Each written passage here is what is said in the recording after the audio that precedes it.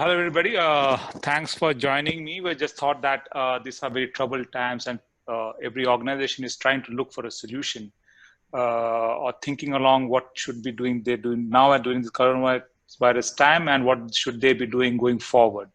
So, rather than addressing anything, we thought we'll go straight to the point. I'm thankful for Jack joining us from Bristol. He's a founder at Ginkgo Business Development. Ajit Matthews is the CEO, co-founder IndusNet TechShoe, and myself. So this is our situation right now. So whatever we discuss today is considering that the markets and public in multiple major nations are reacting very strongly. The first level contingency procedures being activated right now. Hopefully stays at this stage and doesn't have to go into the second level of contingency. So all the markets would react accordingly. Some early studies on how that we're getting from the China market on which industries are being affected and which industries are doing well. If you look dipstick into the e-commerce reports. So things that people are short-term stocking up instant for home hygiene products, daily essentials is doing relatively well, okay. Non-essentials, which is skincare, luxury product, cosmetic, confectionery, are going into huge degrowths. So it's a good insight on how China, because China was ahead of all of us on how it's coming through. And the consumer consumption habits, it's quite interestingly, if looking at it from where I can see, is mostly fun and entertainment. If you see watching webinars, reading live blogs is down the online, and the millennials are mostly online compared to the Gen S and Gen X boomers. So consumer consumption habits, online habits during content period has increased manifold, more to music, watching movies, funny videos, and playing on mobiles. So people are looking to de-stress predominantly at this point of time, is what we can summarize. So, Jack, tell us how is it in the UK market right now? I mean, it's very mixed. I mean, I guess in general terms, obviously very badly affected. We're in full lockdown at the moment, and a new announcements to be made this week with regard to the plans for that going forward. Everyone assumes there will be an extension to the lockdown, for I would imagine at least a few weeks, if not longer. But that's to be confirmed this week. I mean, lots of people doing kind of scenario plannings, reacting to the current situation. You know, it's had an effect on cash flow. People are having to furlough staff. Furloughing staff is a term they're using in the UK to effectively put staff, you know, rather than sacking staff, putting them furloughed. So you're saying you're not allowed to work, and then you can claim from the government money to pay their salary. So a lot of businesses dealing with that at the moment. Lots of other operational changes, obviously. Also, lots of government schemes being announced which businesses or individuals can apply for. So at the moment, I think most people are just reacting to the operational impact of things and trying to understand where they sit as a business in the short to medium term. Because ultimately, everyone's been affected by this in some way, shape or form. Obviously, the industry's affected in different ways specifically, but everyone's been impacted. So it's that kind of operational change which has been the biggest impact in the short term. And I think the reality is that, you know, if you're in some of the sort of safer spaces, to use that terminology, you know, FMCG, retail, grocery brands, etc., are doing really well. E-commerce brands are continuing to do well. You're kind of okay to a certain degree, but you're still having to deal with operational change.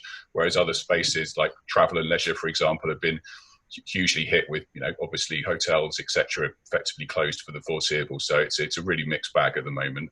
But yeah, everyone is dealing with the operational side of things in the short term, hoping that things will start to get better in the medium term. Any impact on the marketing budgets that you're seeing in the market? The marketing budgets, again, are mixed depending on the industry. I mean, there's clearly been a reduction of spend in outdoor advertising, for example. You know, out of home events just aren't happening. So anything event sponsorship, you can imagine football, you know, sport in the UK is a huge market for advertising spend.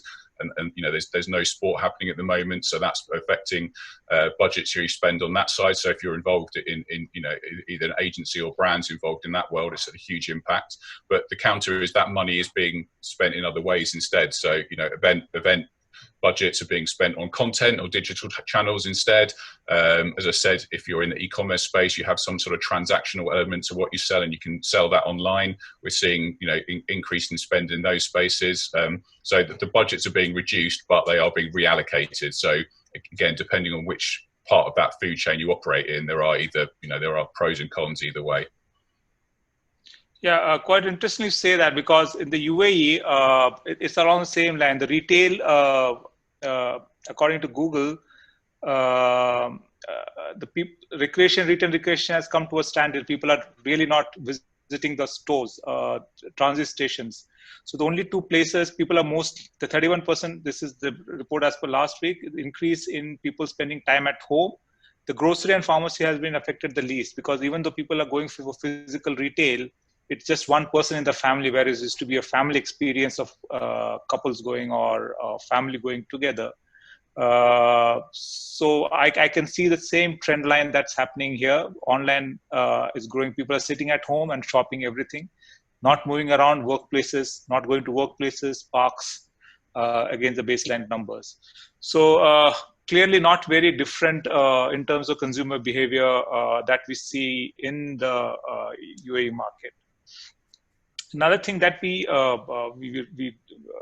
discovered along the way was people are mostly searching for products that is getting the critical information or helping them create, like a lot of activities in UAE that is bringing people together, workouts, spiritual experiences, Zoom calls. So there's a lot of, even though there's social distancing happening, but a lot of community events that is bringing the people together and adjusting to the new routine. People are now spending more time at work than they used to do before, and taking care of themselves and taking the precautions. So and even looking at study groups together, bulk cooking together. So there is very different consumer behavior, which we feel is here to stay. Is that what's happening over here? So, yeah. So the questions that we asked, I'll come to Aji, to you before coming to you. The answers that we're getting is, should we continue marketing? So the suggestions that we are giving right now is, as a brand, don't be an opportunist trying to sell. So communicate if your product is a need. Like if it's an FMCG product, if it's a customer, then you communicate with them rather than trying to sell. If it's just a want and it can be postponed, keep engaging with them. Be socially responsible. Be ready to pivot in terms of the services and products whenever you.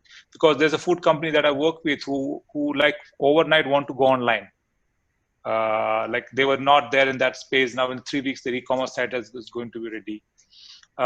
Keep your ears to the ground, because consumer behavior is constantly evolving. And the customers are still window shopping at this time, and we're telling the people, even if you're not selling, make sure that you are present. Your presence in digital space is clean. Anything different that you're noticing, Aji?